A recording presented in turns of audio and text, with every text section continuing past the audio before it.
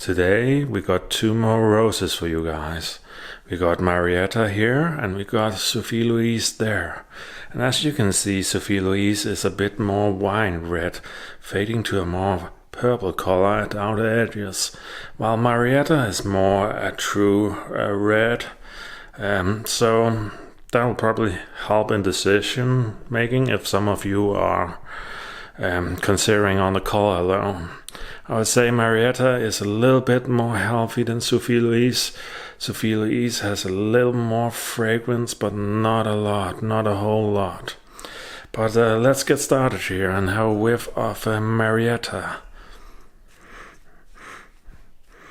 Yeah, Marietta is giving me nearly no scent. It is giving me a 4 to 5, very light floral note, kind of like you expect from a tulip. Not a lot of scent on that one. It is floriferous though, and also seems healthy. So it's still a beautiful rose to look at, but it is not really one to get for scent.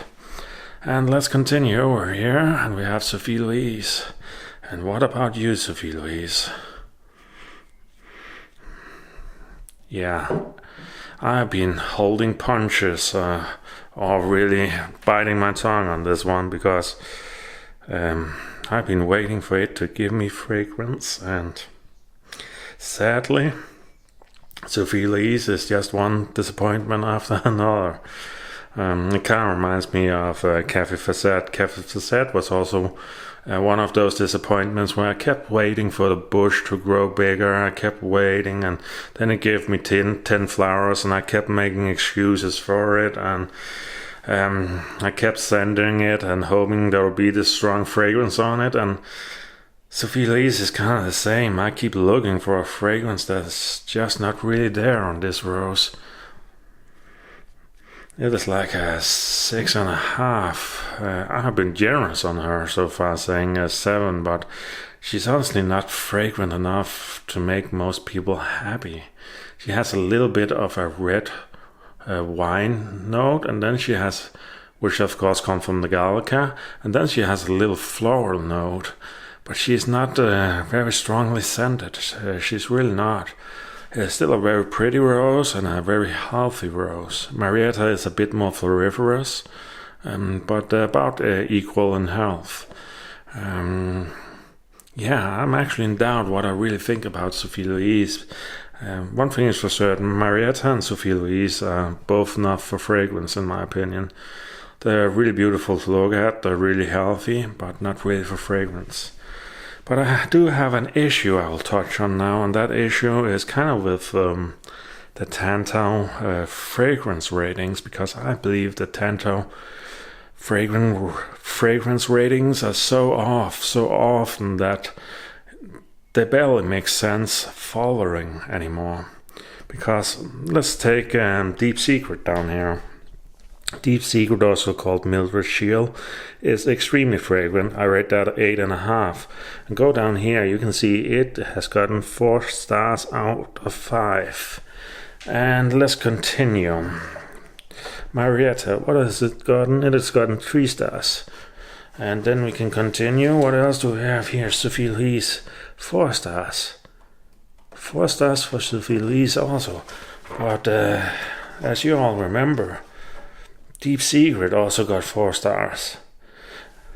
Deep Secret is extremely powerful on fragrance, but Sophie Luise, barely any fragrance at all. And that's what I mean when I say that the Tantau catalog is really bad at showing fragrance. This one has actually got quite correct. Pacific Blue, 5 out of 5 on fragrance. That is correct. Pacific Blue is a wonderful fragrant rose. And I also think they got a cappella correct with 5 out of 5. But there's simply so many roses that are ranked 4 or 5 in these Tantau catalogs that are not that fragrant. And when you have something like Sophie Luise that gets ranked a 4 out of 5, it kind of undermines your trust in the Tantau fragrance ratings, because you get something and you go down here and you have Deep Secret or Mildew Shield and go like, oh, that's 4. And then you see the review on Sophie Luise in the same catalog and you go, oh, Sophie Luise is also 4. She must be just as fragrant. And then you get the 2 roses in the garden and you find out that one is a powerhouse on fragrance. Really, Deep Secret should be ranked 5. It deserves to be ranked 5. Something like Sophie Luise, it deserves to be ranked 3 at most. And something like Marietta barely deserves 1 star. And that is kind of my problem with Tantau roses. A lot of the fragrance ratings, they feel so off because a lot of them are completely wrong when you go over them. So of course they also got Goethe right. Goethe is another 5 star. I don't really think they got Lady Capri right because Lady Capri is very selective when it wants to give you some fragrance. In my opinion, that is closer to a 3. And you also have something like Auguste Louise. They got wrong. Auguste Louise, they actually ranked a 5 star out of 5. Can you believe that? Auguste Louise ranked higher than Deep Secret. And Auguste Louise is barely scented when it's really warm and ideal. And Mildew Shield will project a very powerful, strong damask fragrance even when it's raining. So I really don't get these Tantau fragrance ratings. They just feel all over the place and not that reliable. It is like the 5 stars only hit correctly, sometimes less than half the time really. And some of them are really too generous, like something like Alpha. Alpha has nearly no fragrance at all, and 3 out of 5. That is not. Something like Grafen Hardenberg is actually quite fragrant, so that one is decently correct. And what else do we have in this catalog here? Oh yeah, Candlelight, 4 out of 5. Candlelight is not that fragrant. It doesn't deserve a 5. And Capri, 5 out of 5. Again, not that fragrant. And I could go on and on with these ratings here in the Tantau catalog. I actually agree with Artemis here. Artemis is ranked a 2 out of 5. That seems decently accurate, but really I could go on and on in this catalog. And then you have Tropicana. Tropicana does have a good tropical scent, but I wouldn't give it a full 5 out of 5. I would more give it a 4 out of 5. So I really don't get the rankings on a lot of these roses, especially not when it comes to fragrance. They're kind of like all over the place compared to how the roses are scented, in my opinion. Yeah. And some of them are also sent, maybe it's given too little on scent. Something like Ashram I actually agree on. That is not as scented. Baccarol I also decently agree on. I'm not really sure if I agree Black Magic, but Black Magic, Black Baccarat and Baccarol is both. All of them are not that scented. Acapella is actually really scented. And funny enough, they have given Ashley 0 stars. And then Ascot 1 star. Honestly, either these are the same because Ascot and Ashley are very similar in fragrance. There's nearly no fragrance on them. So, and I also don't like Ascot. It blooms very little. Not that healthy. Then you had Tierre de Fontaine. Tierre de Fontaine should also probably be well, maybe 1 star is fine, but honestly not a lot of fragrance on it. Very beautiful color change though. They should really market that one on the color change, just like Hansestad Rostock.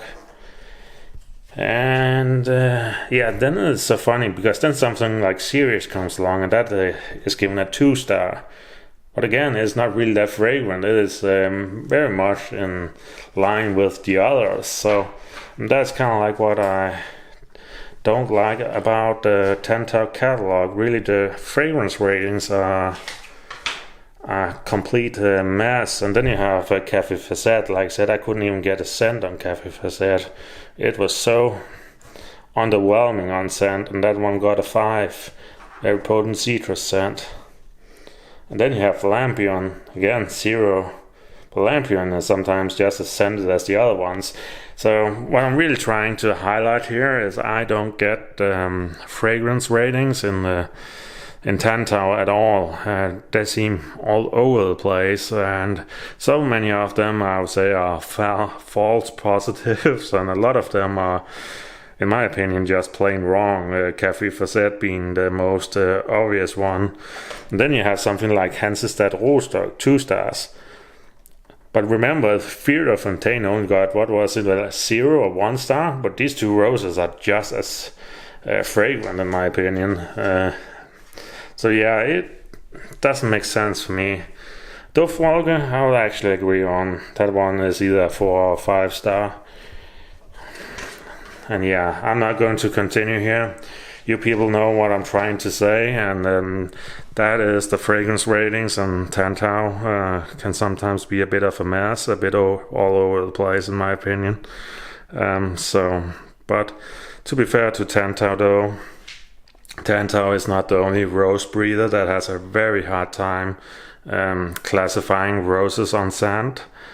And I think the problem is often that they tend to make these 5-star ratings, but often 5 stars is not enough to evaluate roses, because 5 stars leaves not a lot of difference between the roses when you rank them, because you're stuck with so small numbers, like you can't really differentiate when you can only go from 1 to 5 without some letters in between. It gets much tougher, and you have to group things together.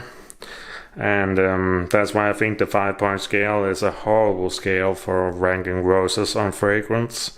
I think the 10-point scale is much better, because you can more easily, if you have a rose that's between 6 and 7, that will nearly like be a 3 on the Tantau scale. But when you say 6 or 7, you can differentiate. But if it just turns into a 3, then you're lumping a lot of roses together. But yeah, that was really my rant today. Would I still continue to grow Sophie Luise and Marietta?